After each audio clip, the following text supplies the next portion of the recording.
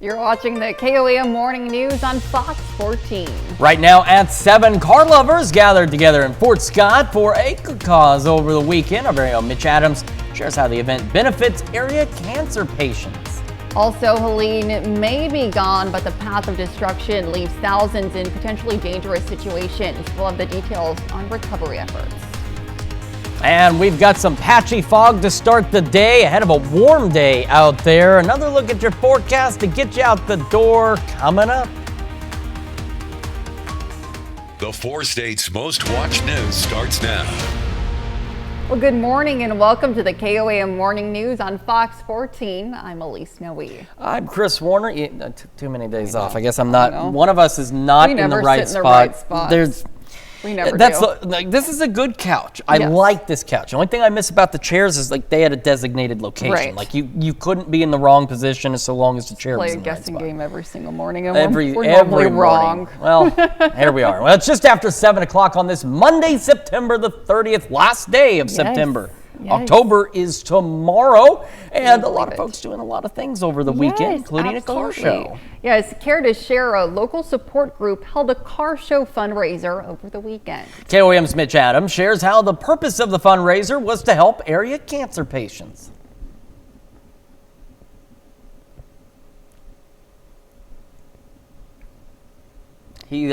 We're getting to that. Yes.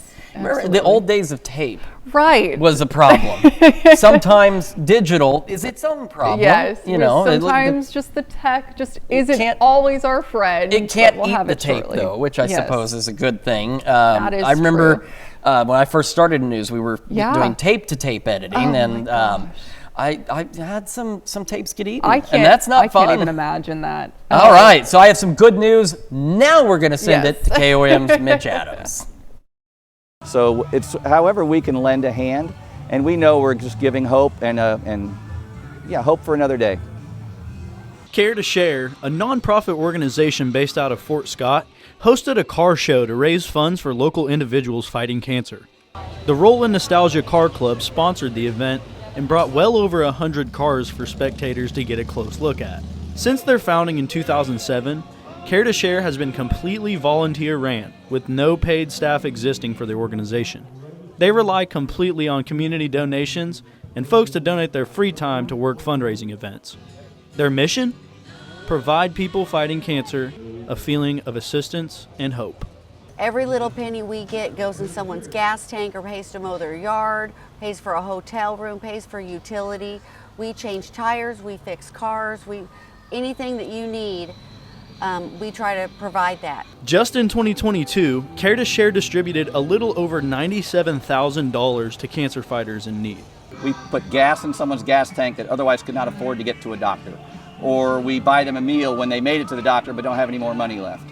We'll pay for a hotel if they need to go to an out-of-town doctor. But that's around 10 transactions a day, 7 days a week, 365 days a year. The car show is just one of the many ways that Care to Share raises funds throughout the year. But the goal remains the same. If someone has an empty or near empty bucket, do what you can to help their bucket be refilled. In Fort Scott, Mitch Adams, KOAM News. Well, Care to Share encourages anybody battling or preparing to battle cancer to reach out to them to learn more about their resources. Certainly an incredible group, and resources like that beneficial, to a number of families because they're facing so much. Right. Any assistance they can get certainly does help. Certainly.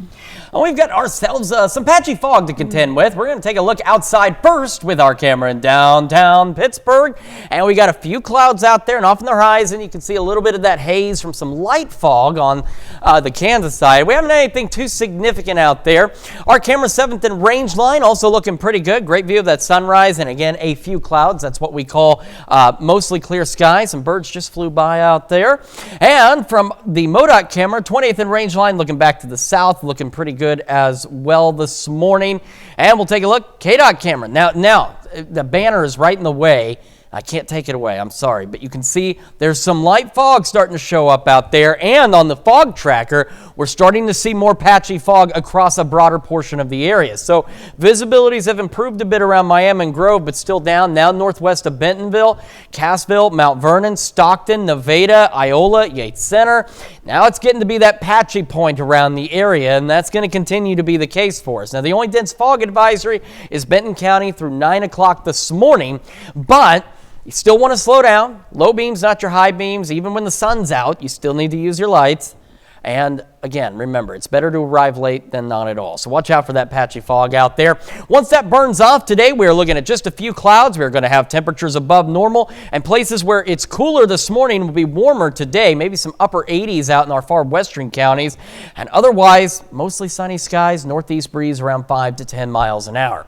Quick look at temperatures: 59 in Joplin, 56 in Pittsburgh.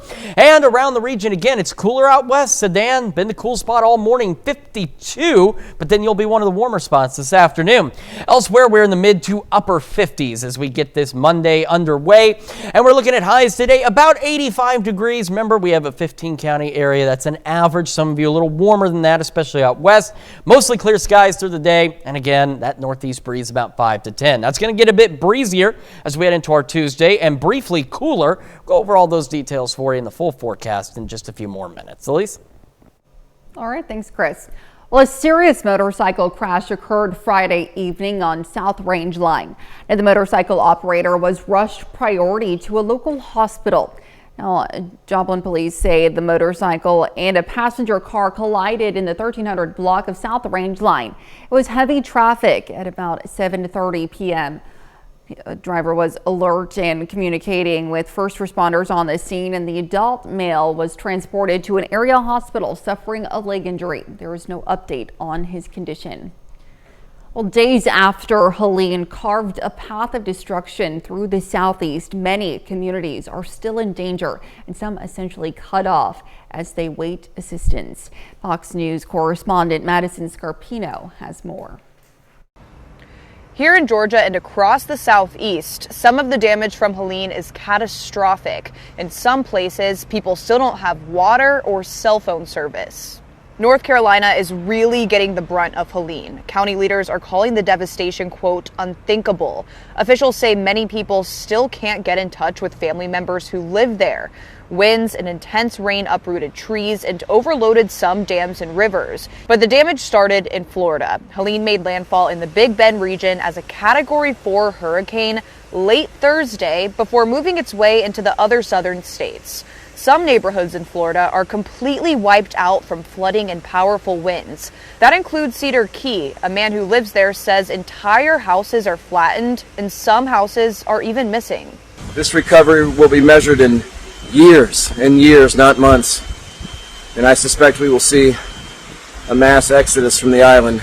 The Federal Emergency Management Agency tells us they're focused on getting the impacted communities stabilized right now, and then they'll move on to assessing the damage and providing assistance. We may be able to help with things like upfront costs for immediate things like food and water and clothing that you may have lost, and then eventually even potentially temporary housing or housing repairs. President Biden declared a disaster declaration for Florida and North Carolina and an emergency declaration for Virginia, so people there can apply for FEMA assistance. In Atlanta, Madison Scarpino, Fox News. And those are our top news stories this half hour. Coming up next, Lori is back in the studio showing us her recipe for circus animal sugar cookies. Welcome back. Lori is back in the studio this morning. She's sharing with us her recipe for circus animal sugar cookies. Yes. All right. So what were the last steps that we did? Well, we started out with our dough, and this one is kind of basic in some respects, but a little bit different. So we talked about earlier how this dough is kind of between a sugar cookie and like a snickerdoodle consistency. It's very cakey. It's a nice, thick, chewy cookie. Right. And the way that we achieved that was we started with creaming our wet ingredients, that butter, all of our sugars, the flavors, the eggs. And then in those dry ingredients, we added a little bit of cream of tartar. Yes. and baking soda. So that's kind of that unusual combination. Okay. And this is where it comes down to all of us bakers are a little bit of mad scientists because we have to get those chemical reactions perfect to get that finished product to come out. And you cannot substitute baking soda, baking powder, not interchangeable for the record. If a recipe calls for those specific ingredients and you don't have them, you aren't making it. So you just need to remember that they are there for a very important reason on how they rise and the consistency of the dough. Important reminder there. So once we got those ingredients creamed and we mixed those dry ones together, then we incorporated them fully. And what I've got is, I know it's a little bit hard to tell, but it's a nice dough and it's fairly stiff. So I can put that spatula in there, but it's still pretty easy for me to finish incorporating that just by hand. So what really makes these the fun circus animal cookies is we've got to put a few sprinkles in the batter. Yes, this classic sprinkles. So these are just the little nonpareils. There's little bitty tiny little sugar pieces. You can get them in different color combinations. I used kind of the little pastel ones here.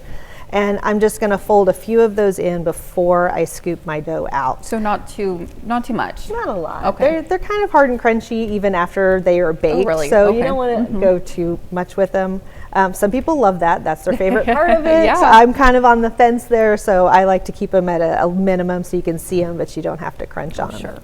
And then keep in mind that this is going to make big cookies. So you'll see my ones out here on the tray. This recipe is literally going to do, of my nice big cookie scoop, 10 cookies. Oh, perfect. Like exactly 10. So you want to give these some space on your cookie sheet, and you want to use a parchment lined cookie sheet like we usually do. Just makes that cleanup easier. But it also makes these bake a little more evenly. So they'll spread out a good amount. They'll spread out a decent chunk. And what I want to point out to you, and I just did this kind of so we could show the difference. This is a recipe that recommends that you press your dough a little bit before you bake it.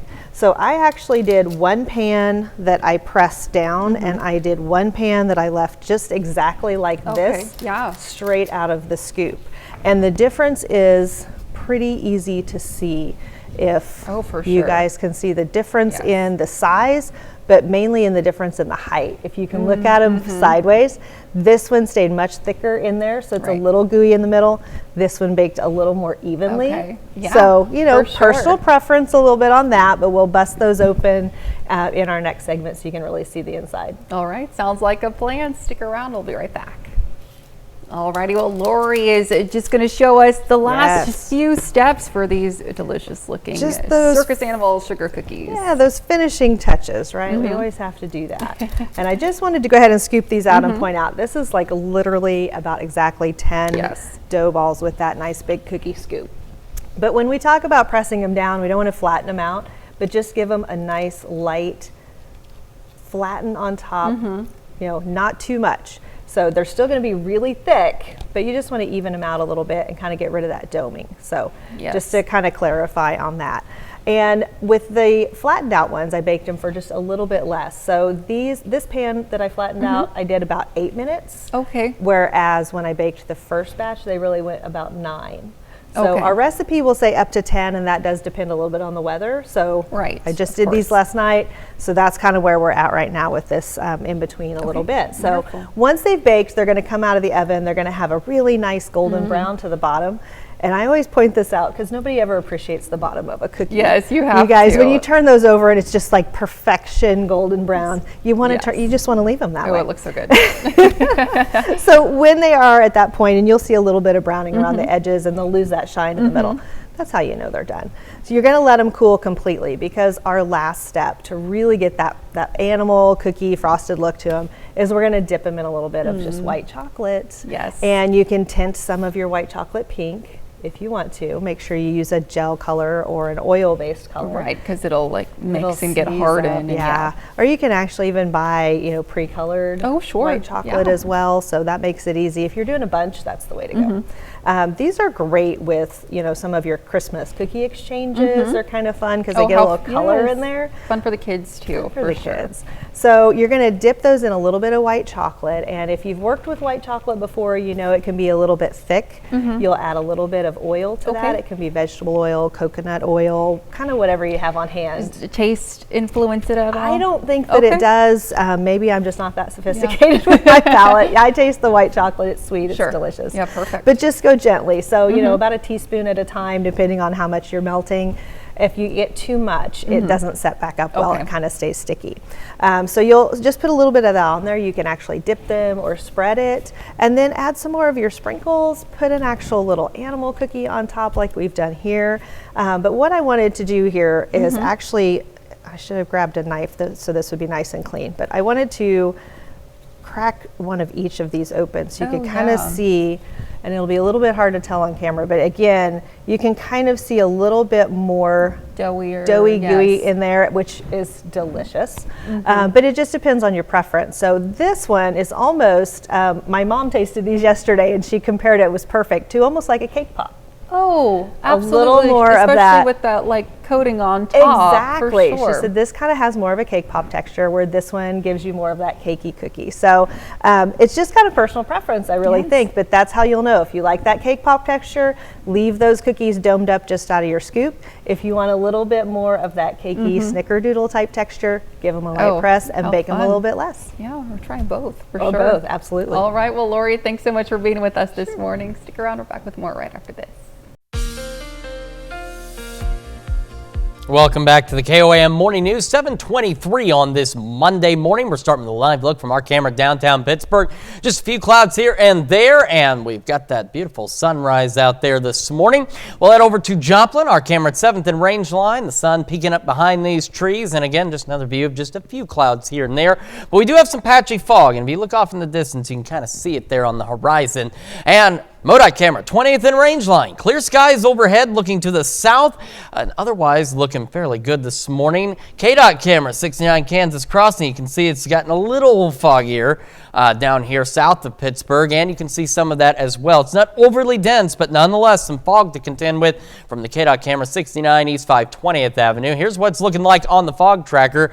We had patchy fog build in. Some of it's eased up a bit, but still some reduced visibilities in Iola, Miami, Grove, Cassville, Nevada, and Stockton, as well as Anderson. And then just northeast of Bentonville, we get some zero visibilities there on 62. So if you are traveling this morning, watch out for the patchy fog. Also watch out for some of that dense fog. We only have these reporting stations. In between, there could be some significantly reduced visibility, so keep that in mind. The only dense fog advisory is in Benton County. That runs through 9 o'clock this morning. After that, we'll have mostly clear skies today, just a few clouds here and there with a northeasterly breeze at around 5 to 10 miles an hour. Temperatures unseasonably warm as we're looking mid-80s, and we'll have even some upper 80s a little further to the west as we head into the afternoon hours. Now watch overnight. See that? There's a little boundary it's going to come through. Unfortunately, there's no rain associated with it, but it is going to do two things. One, it's going to increase our winds out of the north with gusts upwards of 25 miles an hour. Two, it'll make us a little cooler for our Tuesday out there. Not significantly cooler, but more seasonably so. But the big story really is going to be the winds. We'll have partly cloudy skies, but if you're traveling on any east-west highways tomorrow, keep in mind it's going to be breezy through the majority of the day. Winds will eventually calm down overnight Tuesday into Wednesday, and then they'll gradually begin to shift out of the south on Wednesday. And again, partly cloudy skies, no rain unfortunately, and temperatures going back to unseasonably warm levels as well. Quick look at temperatures in Joplin right now. We're sitting at 59. The wind is calm and visibility at the airport is good. And we look at temperatures around the area, and further west you are, it's a little cooler. Sedan all morning long has been the cool spot, but in that weird twist, Sedan, you will be one of the warmer spots for our highs as we head into the afternoon, because again, the further west you go, especially west of 75, you're going to be a little warmer, going upper 80s out there. The rest of us, though, mid-upper 50s, a couple of 60-degree readings here and there. So the patchy fog continues through 8, maybe 9 at the latest. It burns off. We'll have what you're seeing now, mostly clear skies and mid-70s by 11 o'clock. Mostly clear this afternoon, mid-80s for most of us. Remember, we've got a 15-county area, so that's an average out there. Otherwise, some of you may be a little warmer than that. Northeast breeze 5 to 10. Skies begin to go clear as we head through the evening and overnight hours, and we'll fall back into the upper 50s, low 60s. And with the calm wind, clear skies, cool temperatures, got to watch out for that potential for some additional patchy fog tomorrow morning. Partly cloudy, upper 70s tomorrow, back to the mid-80s Wednesday. Thursday is just, I don't even know, man. It's October the 3rd. It's going to be almost 90 degrees on Thursday. 90 on October the 3rd. Yeah, unpleasant. We'll be mid-upper 80s as we head into the weekend. Sunny skies will cool off a bit next week, low 80s, but unfortunately, still no chances of rain in this forecast. That's a check of your forecast. We'll be back with more right after this. The 4 states' most watched news starts now. Welcome back to the KOAM Morning News on Fox 14. It's currently 7:29. I'm Elise Snowy. Well, the program about the Bloody Benders excavation effort was held Saturday night at Parsons Municipal Auditorium. Now, the program started with an old-time music performance and led to a question and answer panel. Now, panel guests were made up of KU professors and archaeologists involved in the excavation. Now, the point of the program was to educate attendees about the Bender family history, as well as provide them with some entertainment. I've found over the years that people love stories, and when the stories involved murder and sex and mystery, it flies off the charts. And the Bender story has all of those elements in it.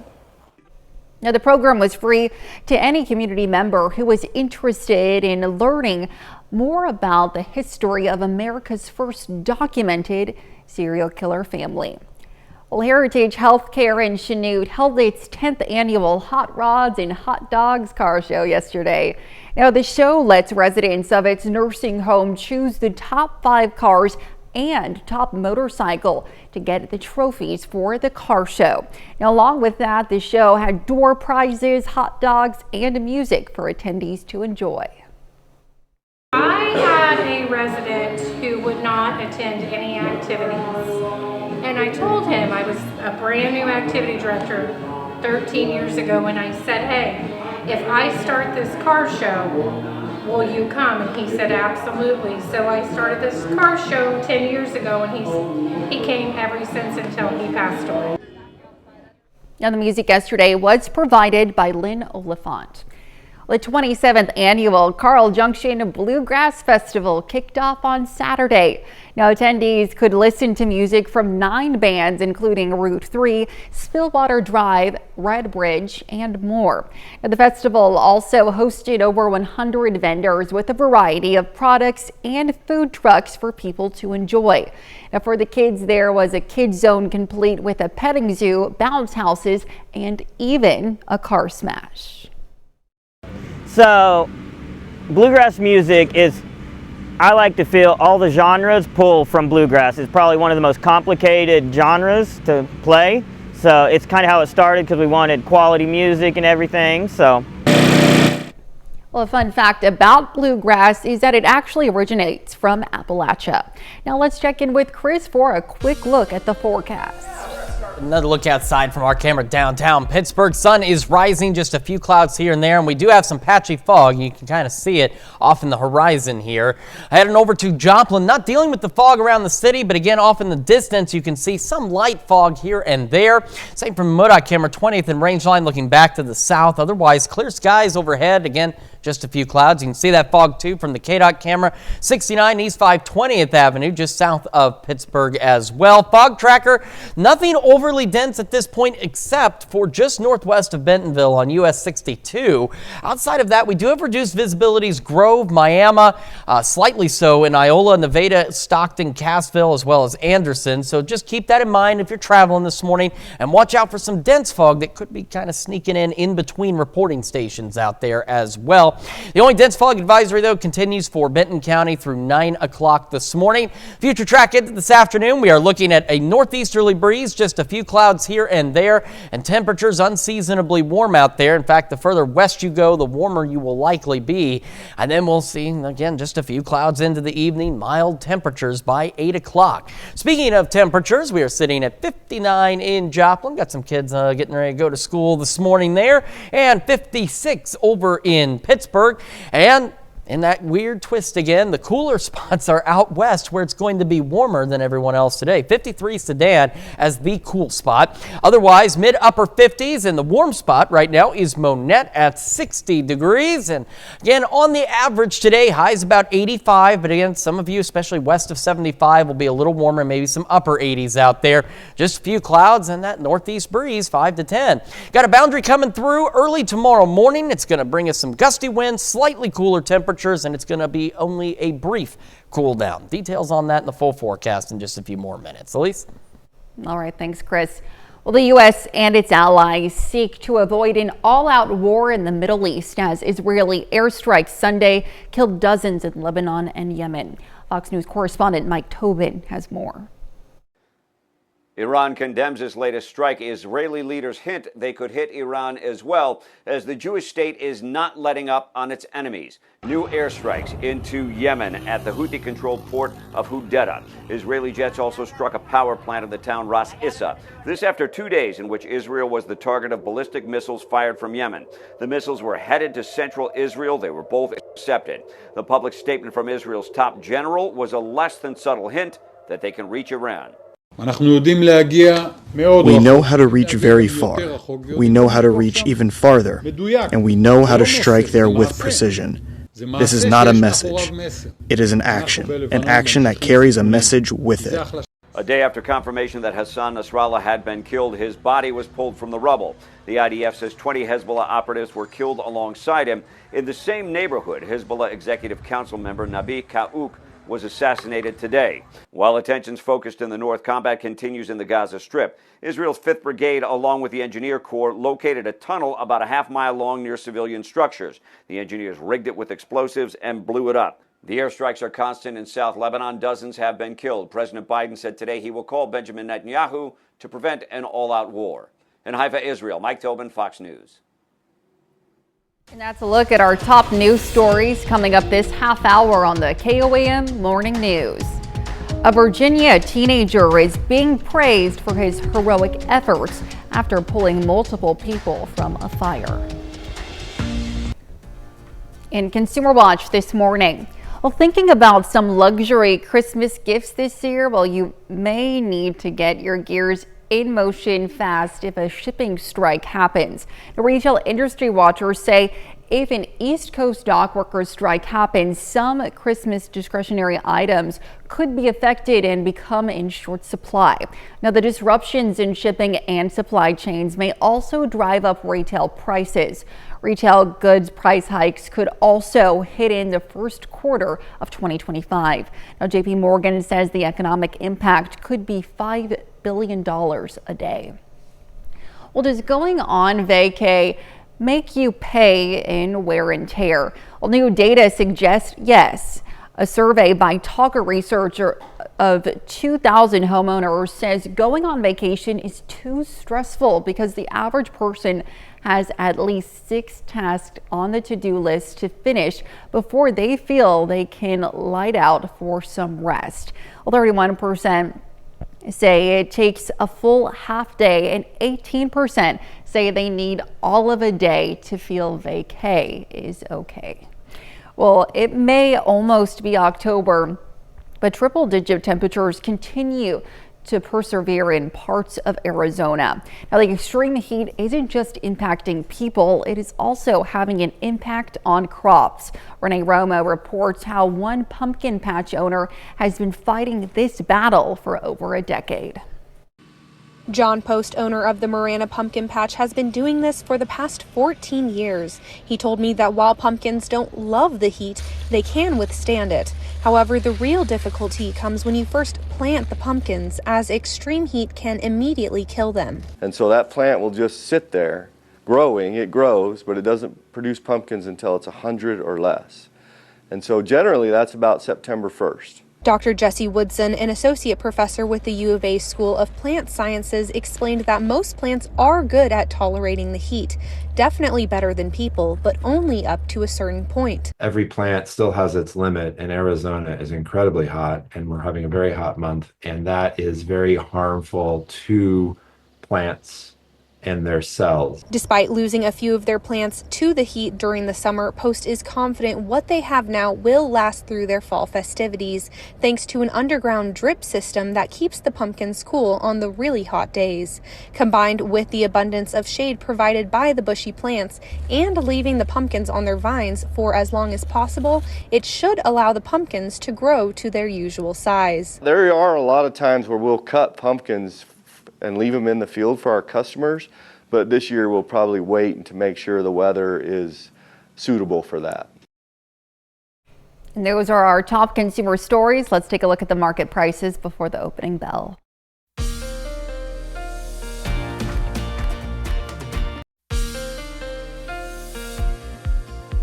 Welcome back to the KOAM Morning News. It is 7:43. It's just about to be 7:44 on this Monday morning, and we have some fog to contend with. We've got some very dense fog northwest of Bentonville, or sorry, gosh darn it, it is the second time I've done that. Northeast of Bentonville on US 62, and now we've got reduced visibilities around the Iola area, so just about 1.5 miles up there. So again, this fog is patchy. It's not everywhere, but you do need to slow down. Low beams, not your high beams, and give yourself time to get where you're going. As I've mentioned before, and I will say again, just to prevent anybody from driving crazy in this stuff, it's better to arrive a few minutes late than not at all. The only dense fog advisory, though, remains for Benton County through 9 o'clock this morning. Everybody else is clear, but again, that doesn't mean you're not going to see some patchy dense fog out there.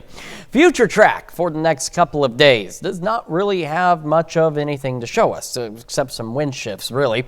Today, we're looking at a northeasterly breeze, and we will have temperatures on the average about the mid-80s, but if you are west of 75, you're going to be a little warmer, maybe some upper 80s out there. So Yates Center, Fredonia, Coffeyville warming up for sure.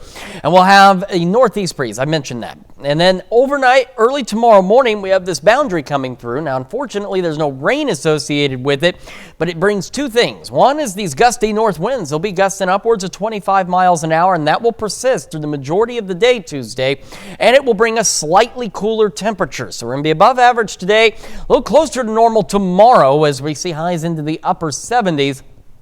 Then, as we head into the late evening, those winds will begin to calm down a bit, and by the time we get into Wednesday morning, it's going to be a bit of a cool start out there. Winds will gradually begin to shift out of the south across the region, and as they do so, well, you guessed it, another above normal day for us as we head into Wednesday afternoon. Temperatures right now, though, not too bad. Look at it, looks great outside. A few clouds here and there, and of course some patchy fog. 59 in Joplin. Winds are calm. Visibility at the airport is still good at 10 miles. And again, I've mentioned it's so interesting how this works out. Sedan, you've been in the cool spot all morning long, 52 degrees. But you're also going to then be one of the warmer spots as we head into the afternoon. The rest of us, though, mid to upper 50s as we get this day underway. Starting through the morning, patchy fog expected to continue through at least 8, maybe 9 at the latest. And then we'll just have those mostly clear skies like we're seeing right now. And it'll be pretty pleasant through the morning, mid 70s by 11 o'clock. Unfortunately, that's not far from where we should stop warming, but we won't. We will get warmer than that, going in again on average mid 80s out there, mostly clear skies, and as mentioned, northeast breeze at about 5 to 10 miles an hour. Winds calm down later this evening into the overnight, and we will be clear back into the upper 50s and low 60s out there. And this extended forecast is a little depressing, to be honest with you, in terms of what we need versus what we're going to get. Now, I like sunny weather. I think we all like nice sunny days. Unfortunately, our drought conditions are up to severe across a good portion of the area. What this 10-day forecast needs to include is rain. and there isn't any. And what it does include is whatever this business is on October the 3rd. We're looking at highs close to 90 degrees by Thursday. Mid-upper 80s as we head into the weekend. Sunny skies out there. And we'll cool back a little bit, back into the low 80s for the start of the next work week. But again, the one major thing that's missing out of all of this is rain chances, which again, we very desperately need here in the 4 states. That's a check of your forecast. We've got a little more of the KOAM Morning News right after this. Well, a Virginia teen is being hailed a hero after his quick thinking saved the lives of his neighbors. Matthew Wilson went door to door to alert them to the fire erupting in their apartment building. Angela Bohan talked to Wilson about his heroic actions. A September Saturday afternoon, 17-year-old Matthew Wilson yanked off his video game headset after his mom heard a faint beeping. He went to the outside hallway to investigate. And instantly I could smell smoke. I turned to my mom and said, get the dog and, get out of the building. Matthew and his mother Laura are staying at a hotel now because they say smoke and water destroyed their belongings. Nothing was salvageable, really. And the reason I was there to meet this Warwick High student is because of his bold actions. It was here that the teenager went from apartment to apartment, banging on the doors to alert neighbors. He and his mom say that included a neighbor who is undergoing cancer treatments. And here at the apartment complex, you can still see damage, especially on the top floor. I woke him up. I said, hey, you gotta get out. There's a fire in the building. But there was another neighbor who Matthew knew was home but wasn't answering. So he tried kicking in the door. He says he actually pulled a leg muscle in the process. And though he could not get that door open, the Red Cross says once firefighters got there, they were able to get that person out through a window thanks to his quick thinking. It's not every day that you hear something like this and that you hear this happen because of a young man like yourself. I've been going to fires for years, and it's not often that someone like you takes the actions that you did. You are truly a blessing in all those lives. These two are grateful to the Newport News firefighters who saved their cat. And though Mom is busy trying to get back on track with material items, she's reflecting on the important things. I'm so proud, but for real, I'm not surprised because that's Matthew. And Newport News firefighters are still investigating to find out exactly what caused this fire. Certainly impressive, heroic actions there, running through trying to save as many people as he could. Absolutely. A lot of people, you panic, you just run out the door, you don't even think about that. Well, even in an airplane, it's like, help yourself and then help other people if you can. Yeah. And so a lot of people are like in that fight or flight, but he thought about other people, which he certainly incredible. Did. Impressive. Well, we've got some patchy fog to contend with this morning. We're going to show you the fog trackers. We got some dense fog along US 62 northeast of Bentonville. We also have reduced visibilities around the Iola area down to about 1.5 miles. So again, this is patchy fog, but just slow down, watch out because it could thicken up on you unexpectedly. Have dense fog advisory in Benton County through 9 a.m. and on the future track heading into this afternoon, we're looking at northeast winds about 5 to 10, temperatures about the mid 80s and just a few passing clouds here and there. We're going to have another look at your forecast and the news you need to know right after this.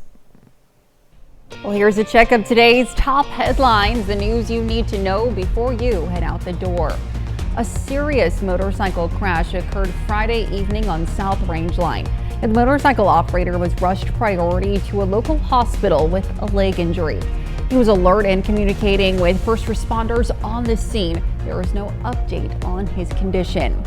A program about the Bloody Benders excavation effort was held Saturday night at Parsons Municipal Auditorium. The point of the program was to educate attendees about the Bender family history.